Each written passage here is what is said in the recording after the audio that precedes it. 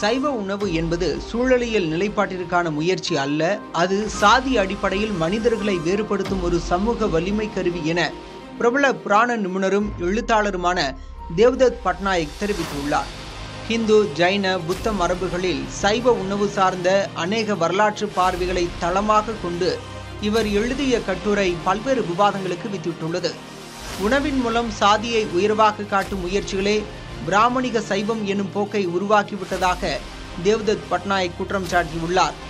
சைவம் என்பது நேர்மையானது அல்ல, பரிவு கொண்டது அல்ல, சாதி உயர்வை காட்டும் விதமாக சைவத்தை பின்பற்றும் போக்கு பெருகியுள்ளது என்று கூறியுள்ளார் தேவ்தத்.